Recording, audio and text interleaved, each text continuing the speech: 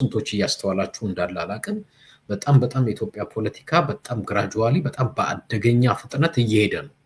መልኩ እየተቀያየረ እየተገለባበጠ ነው ፎር ሹር ትንሽ ስንቆይ ብዙ የሚቀያየር የሚገለባበጥ ነገር ተሰማላችሁ ኦብቪየስሊ ክሊር ግን አንተ በዚህ በሚከረባበትና በሚለዋወጥ የፖለቲካ ኢንቫይሮንመንት ውስጥ ህዝብህን ለማዳን ምንድነው ማድረግ ያለብህ ምንድነው መስራት ያለብህ የሚለውን ማሰብ ወል እንደ ህዝብም ብቻ ሳይሆን እንደ አመራርም I think የሚጠበቅ ጉዳይ ነው ብዬ አስባለሁ ይሄ ትልቅ ጥንቃቄ የሚጠይቅ ጉዳይ ይሄንን ተከትሎ ደግሞ ትግራይ ላይ ልክ ትናንትና የተደረገው ጦርነት ታስታውሳላችሁ አይደለ ትግራይ ላይ የትግራይ ጦርነት ሳይካሄድ በፊት በጣም ፕሮፓጋንዳ ነው መጀመሪያ የተሰራው ትግራይ ላይ ጦርነት እንዲከፈት አደገኛ ፕሮፓጋንዳ ነው የተሰራው ከዚህ ዋና ትልቁ የትግራይ ጦርነት እንዲከፈት ፕሮፓጋንዳ ሲሰራ ከነበረ አንዱ ዋናው ሚዲያ ኢሳት የሚባለው ነው ከዚህ በፊት ታስታውሳላችሁ እና እዛ ላይ የነበሩ ኢሳት የሚባለው ውስጥ ደግሞ ይሰሩ የነበሩ ጋዜጠኞች ታስታውሷቸዋላችሁ ዋናው ትልቁ ፍላጎታቸውና ፕሮፓጋንዳቸው ምንድን ነበረ ትግራይ ላይ ጦርነት ክፈቱ እንዲሁም ታስታውሳላችሁ ሲሳይ ጌና የሚባል ሉዓላዊነት የሚባል የለም ኤርትራን አስገቡት ህወሓት የኢትዮጵያ ብቻ ሳይሆን የኤርትራም ጠላት ነው ከኤርትራ ጋር ሆነን ማጥፋት አለብን ብሎ ትናንትና ጥሩ ሲያሞካሸው የነበረውን ሻዕቢያና ወይ ኤርትራ ዛሬ ደግሞ ጠላት ነው እያለ በሚዲያው ሲደሰኩር ተሰማላችሁ እነዚህ ሰዎች እዛ የነበረው ስብስብ አሁንም ተበትኗል የተበተነው በቢዝነስ ነው በገንዘብ ነው የተበተነው በፖለቲካ ዓላማ ምናምን አይደለም ድሮም ኢሳት ውስጥ የነበረው ስብስብ እምልህ ጥቅም ነው ያሰባሰበው ጥቅም ነው የበተነው ሲበተን የትግራይ ጠላቻነቱን ይዞ ነው የተበተነው አሁን ተበታትኖም ስቲል እምልህ እርስ በርስ ቢለያይም በትግራይ ጠላቻ አንድ ነው እና ዛሬም ላይ እሰማቸዋለሁ አንዳንዶቹን ትግራይ ላይ ተመልሶ ጦርነት እንዲካሄድ ከሚሉ አንዱ እዚህ ቨርጂኒያ የሚቀመጠው ልጅ አዲስ ኮምፓስ ብሎ ኤርሚያስ ለገሰ ቨርጂኒያ ነው የሚቀመጠው እኔ ቨርጂኒያ ያላችሁ የትግራይ ተወላጆች I think ልታነጋግሩት ለምንድነው ማትችሉት ልታነጋግሩት ይገባል አይኑ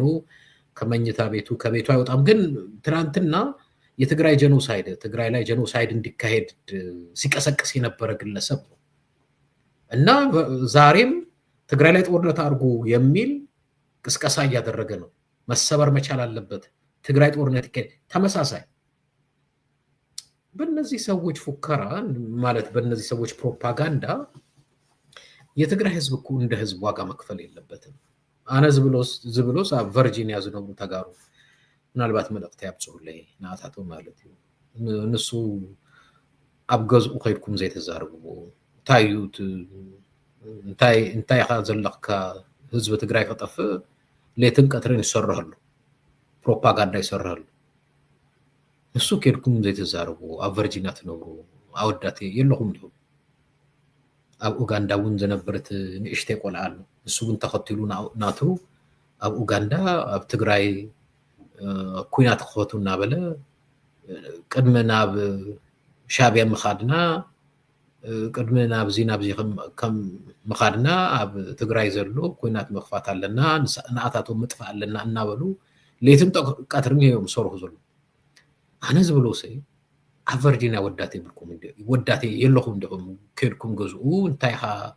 ዛዕባ ትግራይ ንስኻ ዘለካ ጽልኢ እንታይ ህዝብ ትግራይ ክጠፍ ለይትን ቀትርን ትሰርሕ ኣለካ ኢልኩም ዘይተዛረቡ ኣነ this is a very serious question ናኣታትኩም ዘለኒ ማለት እዩ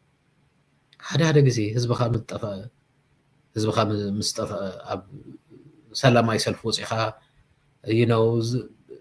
ውጤት ዘይብሉ ውጤት ዘይምጽ ክስታይ ካብ ምባለስ ኣብ ገዝኡ ከይድካ እስቲ ነዘራርቡ እቲ ንእሽተይ እውን ኣብ ኡጋንዳ ዘሎ ከምኡ ቴዲ ዝበሃል ኣብ ኡጋንዳ ተጋሩ የለኩም ዶ ኣዘራርቡ እዚ ናይ ህዝብኹም ጉዳይ ናይ ህዝቢ ጉዳይ ናይ ህዝብኻ ጉዳይ ለትን ቀትርን ኩናት ክፈቱ እናበሉ እቲ ዓሻይ ኣብ 4 ኪሎ ዘሎ ትፈልጥዎ ናይ በዓሉ ርእሲ ይብሉን እዩ ሰማዓ ፕሮፓጋንዳ እዩ ዝገብራ ዘሎ ሶ ኣነ ተጋሩ ህቶ ዘለኒ ኣብ ቨርጂኒያ ትነብሩ ኣብ ኡጋንዳ ትነብሩውን ተጋሩ ኣብዚ ሰሙን ዘለኹም ኣብ ቨርጂኒያ ዝነብሩ ክስታይ ኣርክታት ትፈልጥዎም ተጋሩ እንደራልዮም እስቲ ኣዘራርብዎም እንታይ እዩ ናይ ኣብ ትግራይ ኩናት ይከፈት እናበሉ ለይትን ቀትርን ሰርውሉ እንታይ ኢኹም ችግርኩም ኢልኩም ኣዘራርብዎም ሲቪላይዝድ ብዝኾነ መንገድ ኣዘራርብዎም ዝብል ንተጋሩ ያዛምልክተይ ብትግርኛ ተዛረብክዋ ነው እዩ ኣነ ዝነብረሉ ከተማ ተዝነብር ኣብ ገዝኡ ንኸድኩ እስቲ ንዘራረብ ናውፃሞ ከም መደቀሲ ኮንካ ኣብ ህዝብና ትዛረቡ ዘለኻ ለይትን ቀትርን ኩናት ክፈቱ ኣብ ህዝቢ ትግራይ እናበልኻ ትዛረበለኻ ፕሮፓጋንዳ ማለት እዩ ለይትን ቀትርን ትማሊ ኣብ ኢሳት ዝበሃል ሚድያ ኮይንካ ለይትን ቀትርን ኩናት ክፈቱ እናበልኻ ኣብ ኤርትራ እውን ይእቶ ገለ እናበልኩም ሰርሑ ነርኩም 1 ሚልዮን ሰብ ጠፊኡሉ 1 ሚልዮን ተጋሩ ጠፊኡሉ ኣብ ትግራይ እጂ እውን ኣይገደፉን ከማ ዓይነት ነገር ይደጋግሙሉ ትግራይ ክዛት ጠፍእ ሰርሑ እዮም ዘሎ ኣበይኹም ዘለኹም ተጋሩ ናተየቶም ኣበይኹም ዘለኹም ናታቶም